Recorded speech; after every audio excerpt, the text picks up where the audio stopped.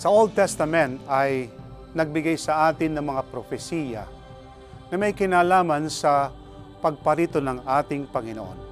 Subalit sa Bagong Tipan ay nagbigay na sa atin ng isang pangyayari noong ating Panginoong Jesus ay nagkatawan tao. Binabanggit nga sa aklat na sulat ni Apostol Pablo sa Galatia 4:4 ang wika, nung dumating na ang tamang panahon, pinanganak ang ating Panginoong Jesus sa magitan ng isang birhen. Jesus was born in this world.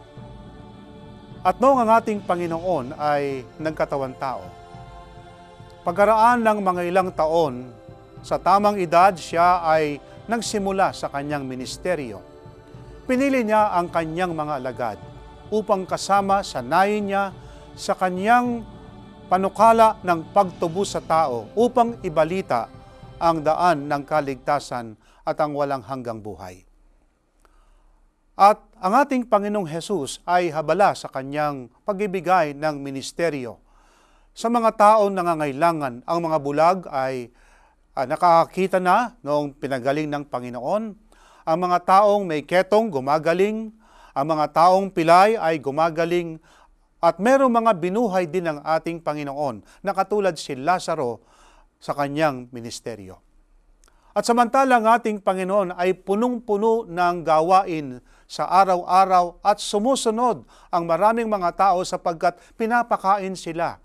Nagpakain ng 5,000 sa magitan ng 2 isda at 5 tinapay. Nagpakain din ng 4,000 ang ating Panginoon.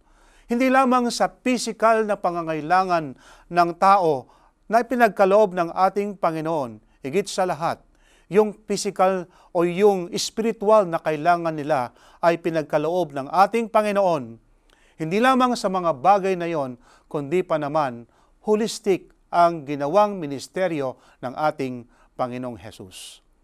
At noong malapit na ang kanyang araw na siya ay pako sa krus, nagpunta ang ating Panginoong Jesus kasama ang kanyang mga alagad doon sa isang lugar. Narito ang sabi ng Biblia sa aklat ng San Mateo Kapitulo 16, ating simulan sa 13 hanggang 17. Ang wika ng Biblia ay ganito: Nang dumating si Jesus sa nasakupan ng Cesarea Pilipos, tinanong niya ang kanyang mga alagad na sinasabi, ano ba ang sinasabi ng mga tao kung sino ang anak ng tao? Ang tinutukoy ang kanyang sarili. At sinabi nila, ang sabi ng iba ay si Juan na tagapagbautismo, ang iba ay si Elias, ang iba ay sinasabi si Jeremias o ang isa sa mga propeta.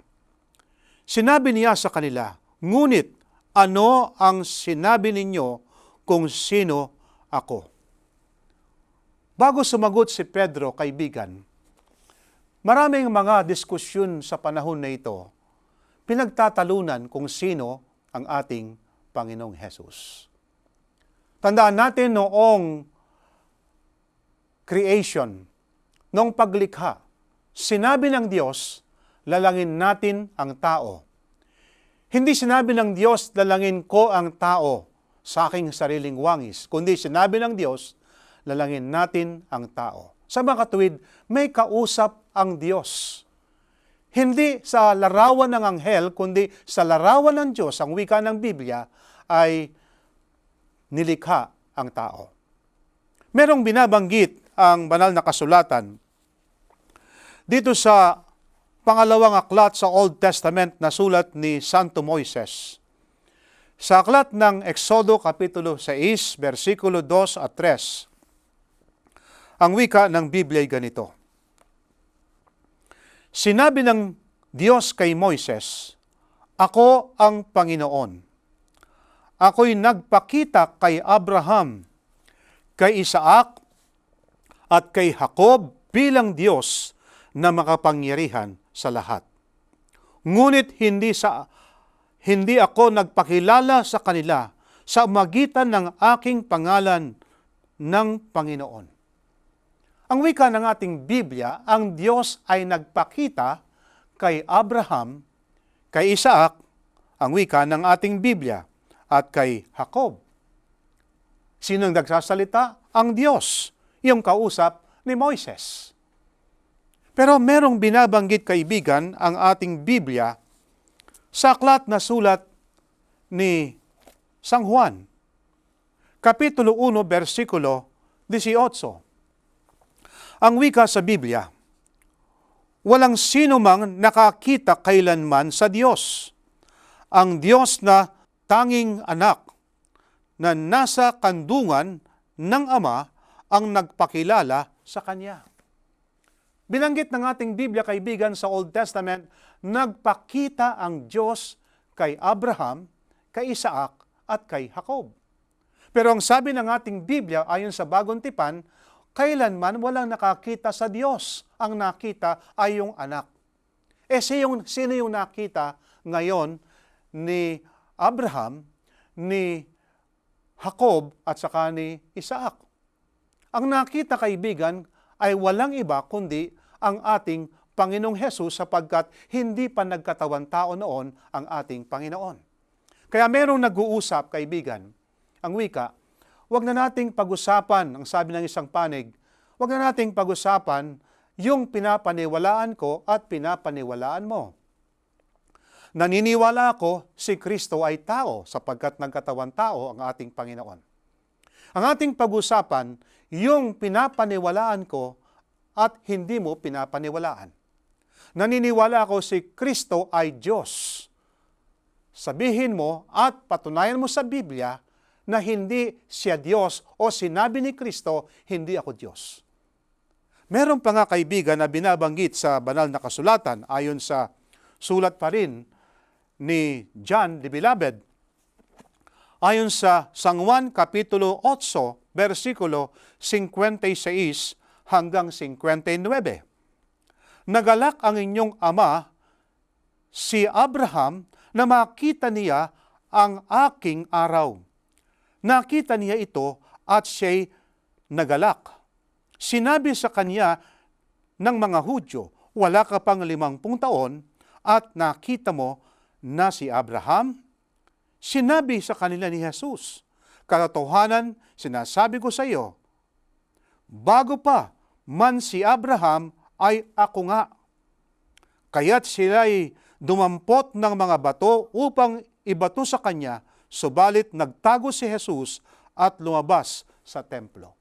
Kaibigan, ano ba yung sinasabi ng ating Biblia? Ang sinasabi ng ating Biblia, nagalak ang inyong amang si Abraham, makita ang aking mga araw. Sino ngayon ang nakita ni Abraham sa Old Testament ayon sa sinasabi sa aklat ng Exodo? Ang ating Panginoong Hesus. At ang ating Panginoong Hesus, bago siya nagkatawan tao, kaibigan, siya'y Diyos. Siya ang sinasabi na lalangin natin ang tao. May kasamang Ama at ang ating Panginoong Hesus, nung hindi pa nagkatawan tao, siya ang berbo, ang wika, at ang berbo ay nagkatawan tao. Kaya ang sabi ng ating Panginoon, nagalak ang inyong amang si Abraham, nakita ang aking mga araw. At ang mga Hudyo sabi, wala ka pang 50 taon, nakita mo na si Abraham. Kaibigan, ang tanong ng ating Panginoong Hesus sa kanyang mga lagad, ano ba yung sabi ng mga tao? Sabi ng mga lagad, isa sa mga propeta, si Jeremias, o kaya si John the Baptist.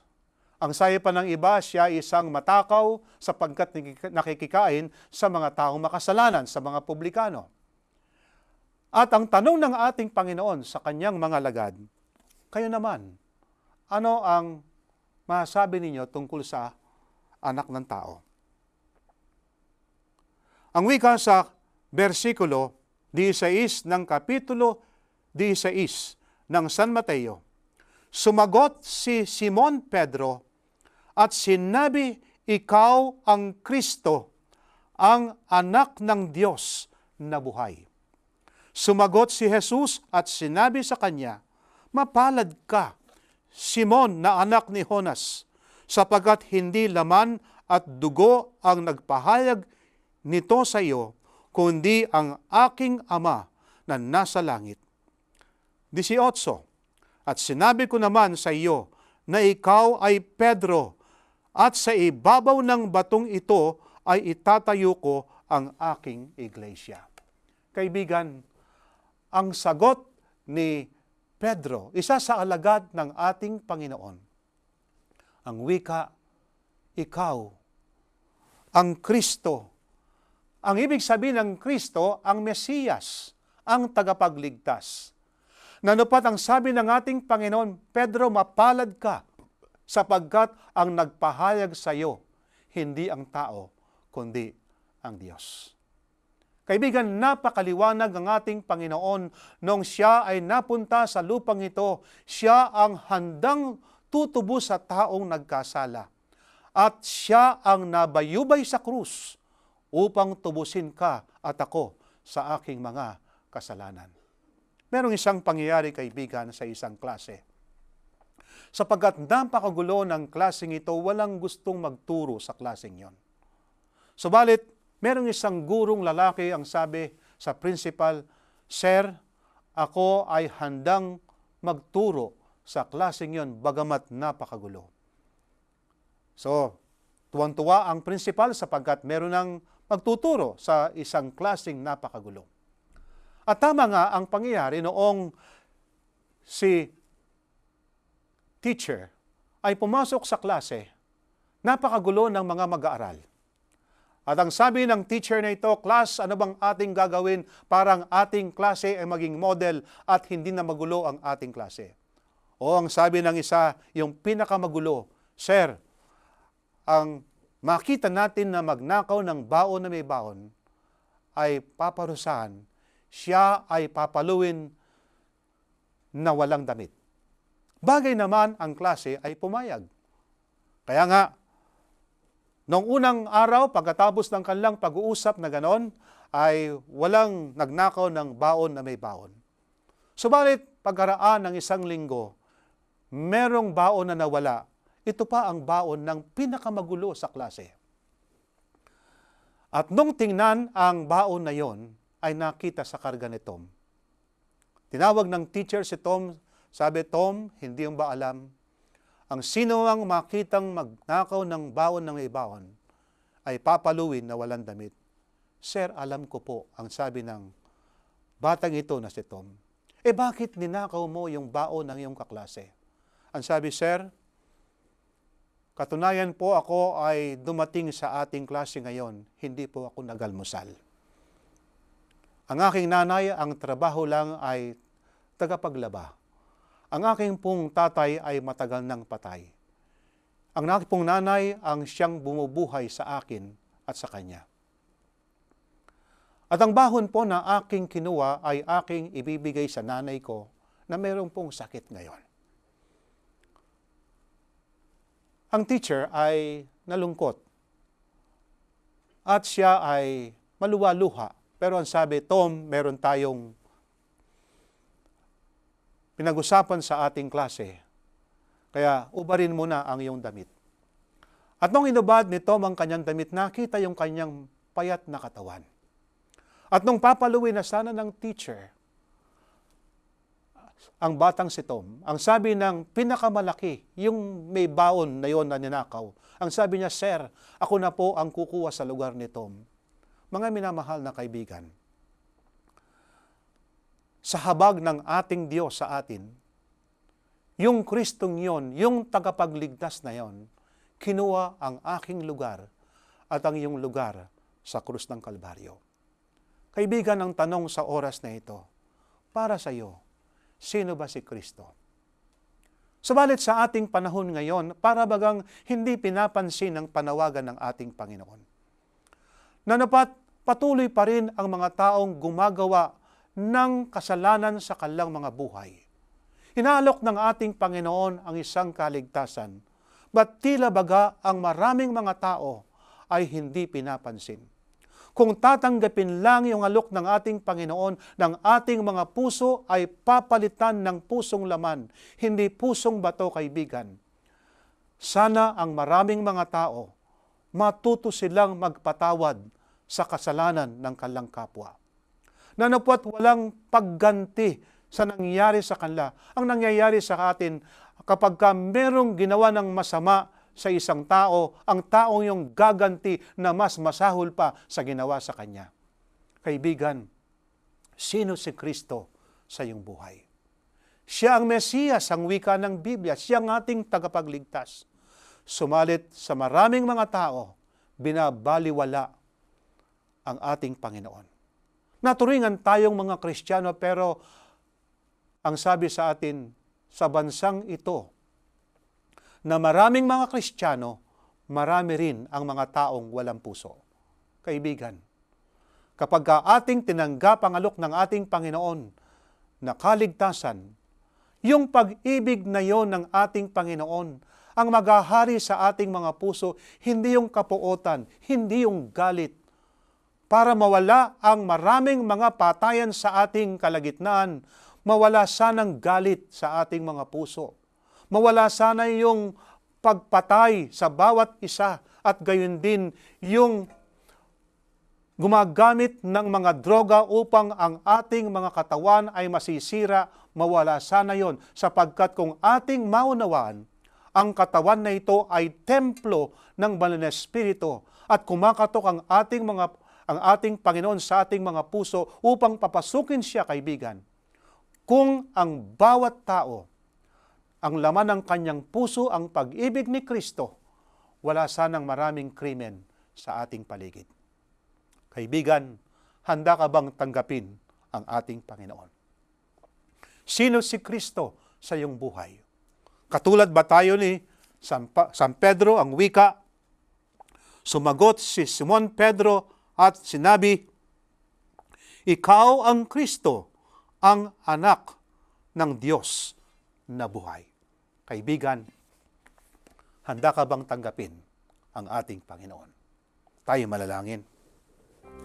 Mapagpala at dakila po naming Diyos, napakabuti po ninyo sa inyong mga anak. Na sa kabila ng kami ay maraming pagkukulang. Sa kabila ng kami ay tumatanggi sa alok ng aming Diyos. Nandyan pa rin po kayo, handang dumamay sa amin, handang makinig sa aming mga sinasabi, sa aming mga damdamin. Panginoon, pagpalain po ang aking kaibigan. Ingatan po siya sa kanyang araw-araw na pamumuhay, sa kanyang pakikinig, O Diyos. Mahayag nawa sa kanyang buhay ang pag-ibig ng aming Panginoon. Maraming pong salamat sa inyong pagtugon sa aming panalangin. Sa pangalan po ng aming Panginoong Hesus. Amen. Kaibigan, napakabuti ng ating Diyos. Ng kanyang pinaintulot na ating pag-aralan, ang kanyang pag-ibig sa atin, ang kanyang sakripisyo alang-alang sa iyo. Nanapat ang ating Hope Channel ay nagbibigay ng pagbabago sa buhay natin. Patuloy ka, kaibigan, manood at marinig sa ating programa sa araw-araw para magkaroon ka ng pag-asa sa iyong buhay. Pagpalain ka ng ating Panginoon.